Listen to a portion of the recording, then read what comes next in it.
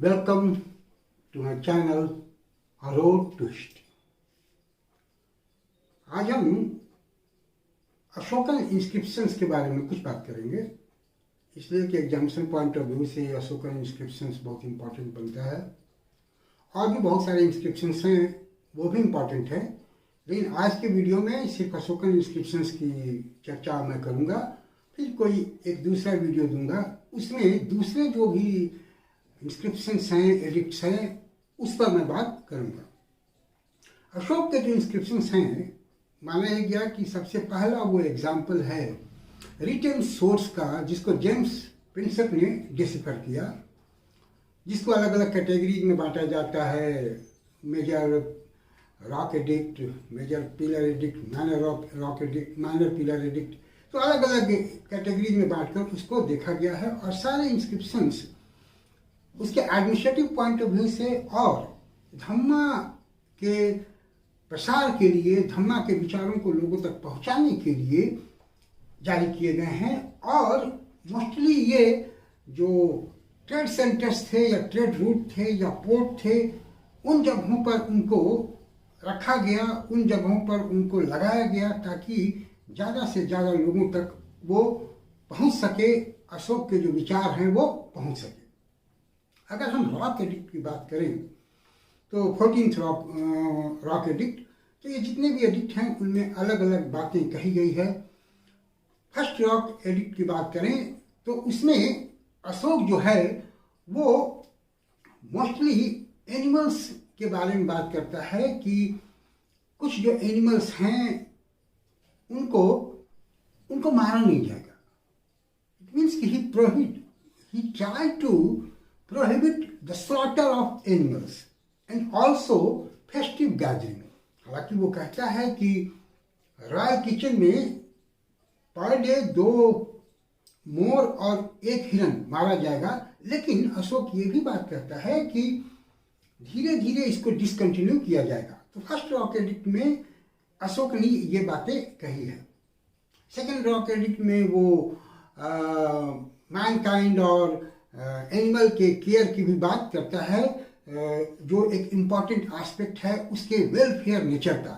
वो दर्शाता है कि अशोक जो है एक वेलफेयर नेचर का राजा था, और शायद इसलिए भी उसको हम द ग्रेट अशोका कहते हैं, क्योंकि उसने वेलफेयर नेचर को दर्शाया है अपने सेकेंड रॉक एडिक्ट में। ही साउथ इंडिया के पांड्या, चोला, केरलपुत्रा और सत्यपुत्रा का भी मेंशन है, जिसे यह पता चलता है कि मे बी वो भी मौर्य साम्राज्य में रहे होंगे। थर्ड जो रॉक एडिक्ट है उसमें जेनरसिटी टू ब्राह्मण्स की बात वो करता है।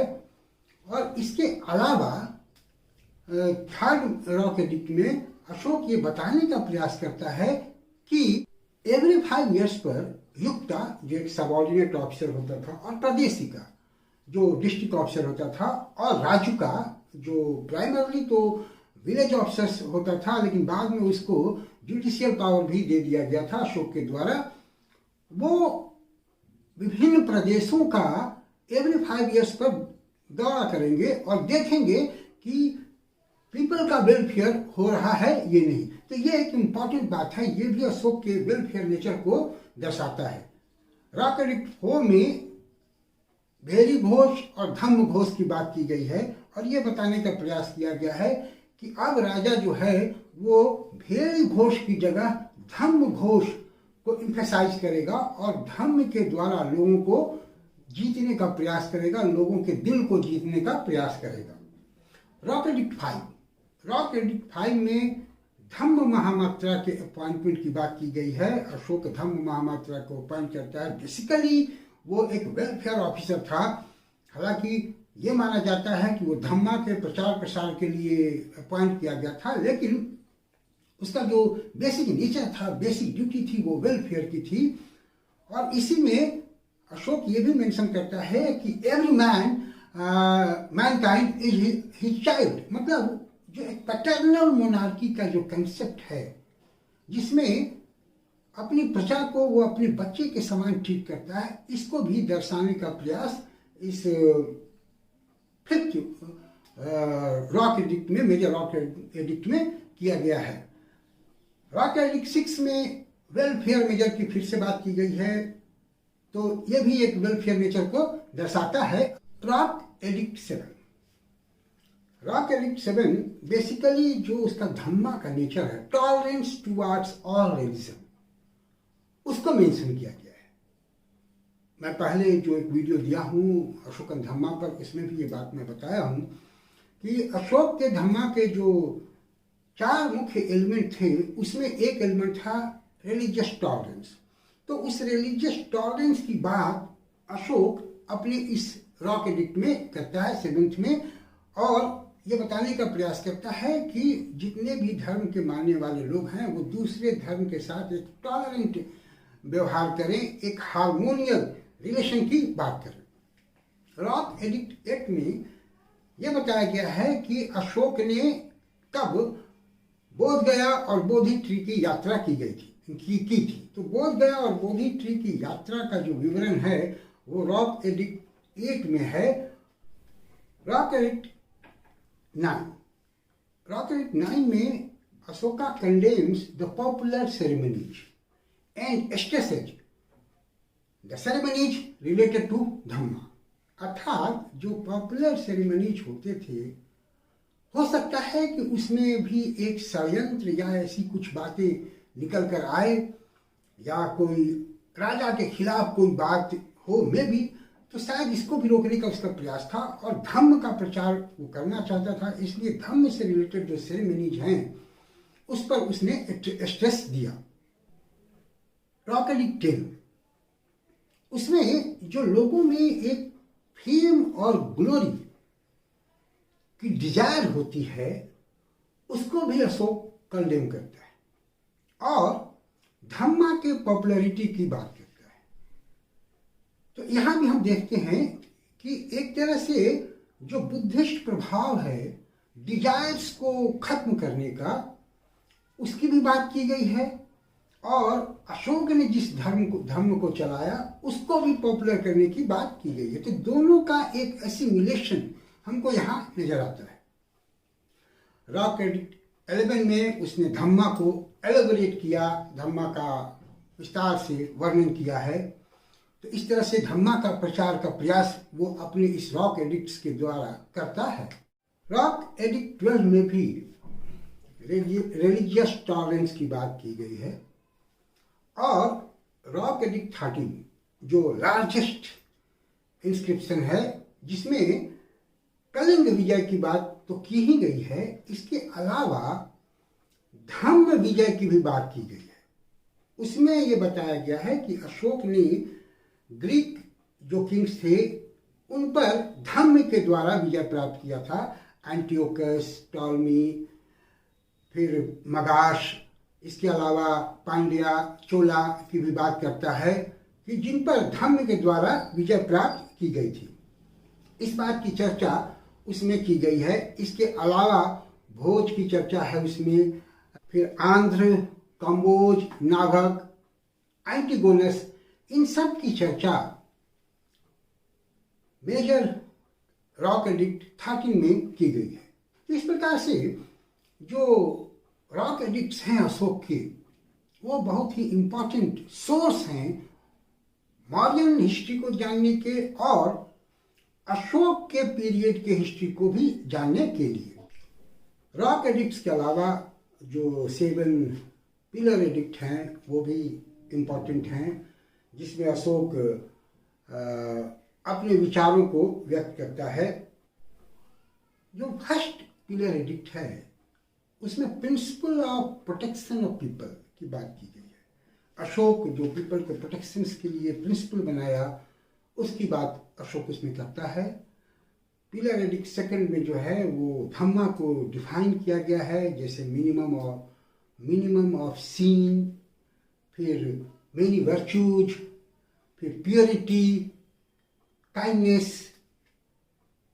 ये सारी बातें, ट्रूथफुलनेस की बातें की गई है, फिर लिबरलिटीज की बात की गई है। तो धम्म के नेचर को जो 2nd पिलर एडिक्ट है उसमें डिफाइन किया गया है।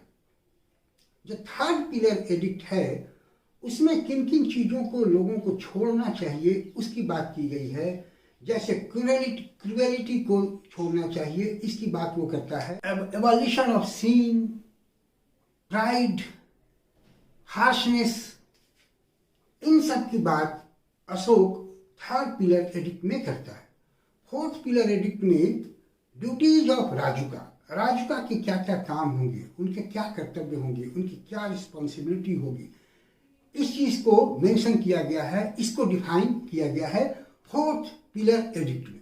मेजर पिलर एडिक्ट 5 में अशोक एक लिस्ट जारी करता है उन एनिमल्स की जिनको कुछ दिनों पर नहीं मारा जाएगा, और ऐसा भी लिस्ट है जिसमें उन एनिमल्स की चर्चा की गई है जिनको कभी नहीं मारा जाएगा। तो जो नॉन वायलेंस की जो थियरी है, जिसमें एनिमल्स को, कैटल को बचाने का एक प्रयास था अशोक का, उसको वो दर्शाता है अपने इस फिफ्थ मेजर पिलर एडिक्ट में। मेजर पिलर एडिक्ट 6 में धम्मा की पॉलिसी की चर्चा की गई है, और 7 में work done by Ashoka for the spread of Dhamma को स्प्रेड करने के लिए, धम्मा को एस्टैब्लिश करने के लिए जो काम किए गए उसकी चर्चा करता है।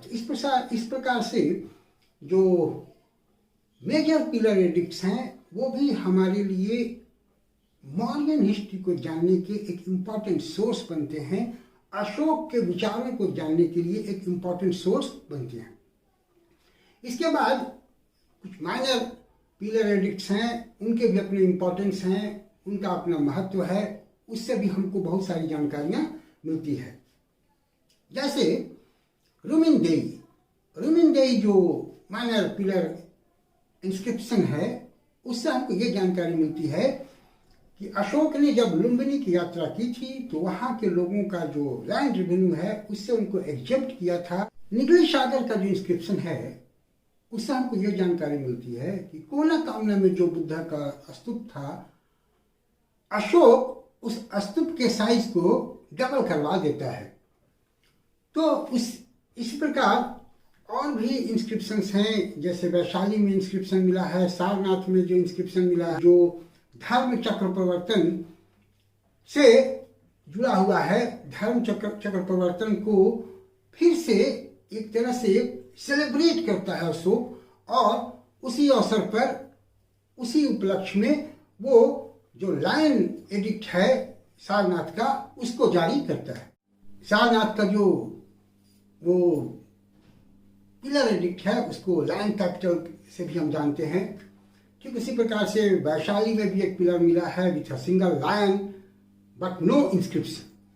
फिर लौरिया नंदनगढ़, लौरिया अरेरा जो बिहार के चंपारण में है, वहाँ से भी हमको अशोक के इंस्क्रिप्शन मिले हैं। इलाहाबाद में पिलर इंस्क्रिप्शंस जो मिला है वो भी इम्पॉर्टेंट है, इसलिए कि उसको बाद में फिर समुद्रगुप्त के टाइम में उसका इस्तेमाल किया, और उसी पर प्रयाग प्रशस्ति उसने लिखी हरिसेन ने समुद्रगुप्त के प्रशंसा में। तो इस प्रकार से ये सारे जो इंस्क्रिप्शंस हैं अशोक के वो बहुत इम्पॉर्टेंट हैं। 4 जगह ऐसे हैं जहां अशोक के नाम को मेंशन किया गया है, और जितने भी इंस्क्रिप्शंस हैं अशोक के, वहां अशोक को देवा नाम प्रिय प्रियदर्शी के नाम से मेंशन किया गया है। और ये जितने भी इंस्क्रिप्शंस हैं मोस्टली ब्रह्मी लिपि और प्राकृत भाषा में लिखे गए हैं। कांधार एरिया में, अरेमाइक में भी हैं, बाइलिंगुअल भी मिले हैं, लेकिन जो अधिकांश इंस्क्रिप्शंस हैं वो ब्रह्मी लिपि में हैं और प्राकृत भाषा में पाए गए हैं।